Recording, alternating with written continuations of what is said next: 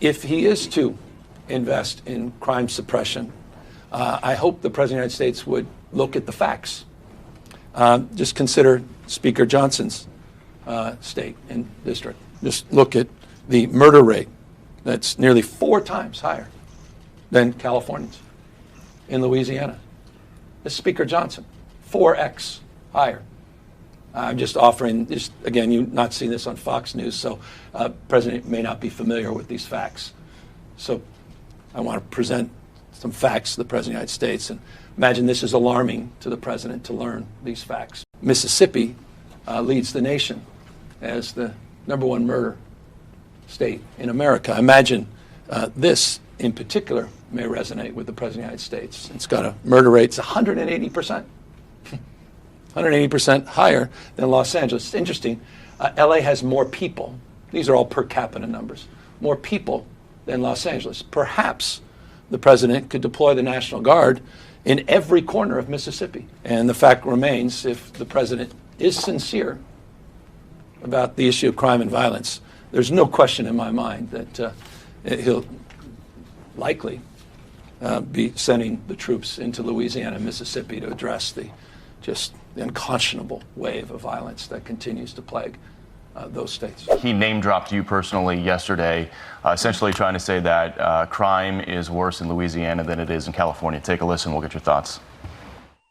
If he is to invest in crime suppression, I hope the President of the United States would look at the facts. Just consider Speaker Johnson's state and district. Just look at the murder rate. That's nearly 4 times higher than California's. In Louisiana. Have at it. Again, Gavin Newsom will do anything for attention. He can name drop me all he wants. He needs to go and govern his state and not be engaging in all of this. Look, we have crime in cities all across America, and we're against that everywhere, and we need to bring policies to bear. My hometown of Shreveport has done a great job of reducing crime gradually, but we've got to address it everywhere that it rears its ugly head. And I think every major city in the country, the residents of those cities, are open to that and anxious to have it. And we're the policy, we're the party that's going to bring that forward. I look forward to that in the days ahead. Sure, go ahead. Yeah. Okay. Hi. Thank you. Hi. So Gavin Newsom has said that California is going to sue in response to the government's demand for $1 billion from UCLA over the DOJ's anti-Semitism findings. Newsom has called this extortion and ransom. So I'm wondering what the White House's response is to Newsom on UCLA. Bring it on, Gavin. This administration is well within its legal right to do this, and we want to ensure that our colleges and our universities are respecting the First Amendment rights and the religious liberties of students on their campuses, and UCLA has failed to do that. And I have a whole list of examples that I will forward to Gavin Newsom's press office if he hasn't seen them himself. Thank you, everyone. We are out of time. Can you react to what's going on with those posts on X that are clearly trolling the president? What? Can you just talk about that? Is that like a strategy? I don't know. I hope it's a wake-up call to the President of the United States. I'm sort of following his example. If you've got issues with what I'm putting out, you sure as hell should have concerns about what he's putting out as president. So to the extent it's gotten some attention, I'm pleased.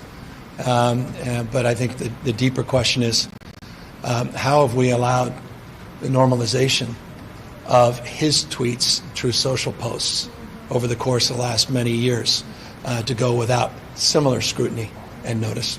That account, get this, up 450% in terms of the number of followers since mid-June. And it's not just on Twitter, X, where Newsom is gaining. Even on TikTok and Instagram, his followers are up over 1 million since January alone. My goodness gracious.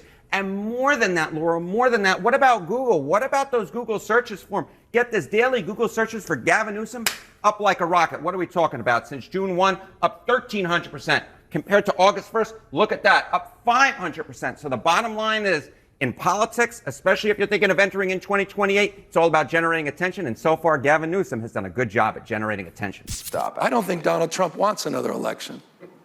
I have 24 Trump 2028 hats. His folks keep sending me. And you think he's going to run again? No, don't give me. You don't. Who spends $200 million on a ballroom at their home and then leaves the house? So this is serious, guys. This is serious. So it'll be Newsom Trump in 28. No. This guy doesn't believe in free, fair elections. He tried to wreck this country. Were you there, January 6th? I mean, he tried to light democracy on fire. He dialed for 11, almost 12,000 votes. Now he's doing it in plain sight.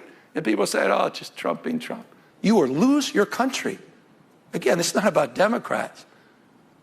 It's about all of us. So you're absolutely convinced he's... I'm absolutely convinced. 2028. You've seen it.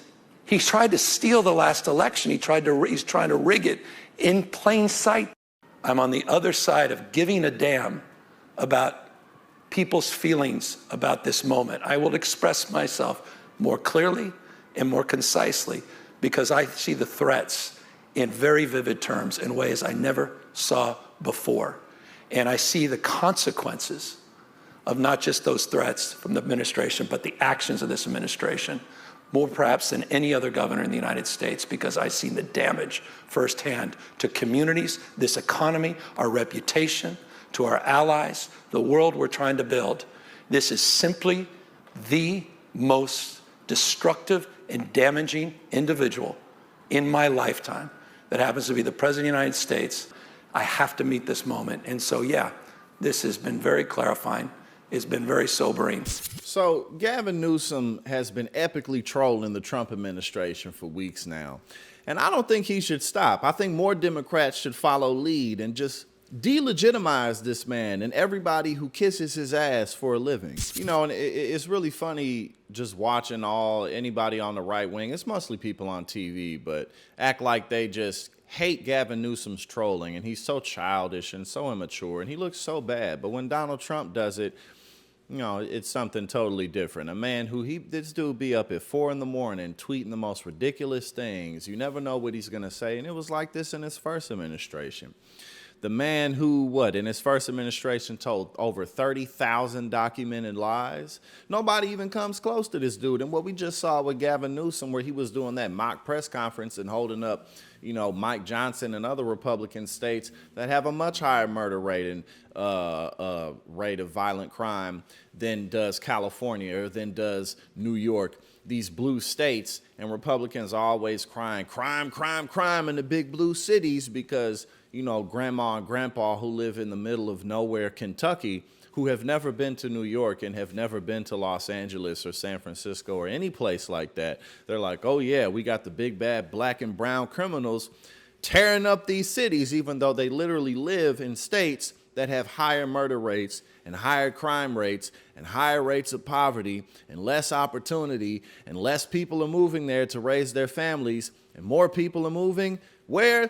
To the blue states, to the blue cities, because there's more opportunity, there's better benefits, there's less crime, and it's just an overall more accepting environment where, you know, you won't be ridiculed for being who you are if you're part of the LGBTQ community or something along those lines, you know. So this really isn't rocket science, but I say Gavin Newsom, continue to troll Donald Trump, and other Democrats should follow suit.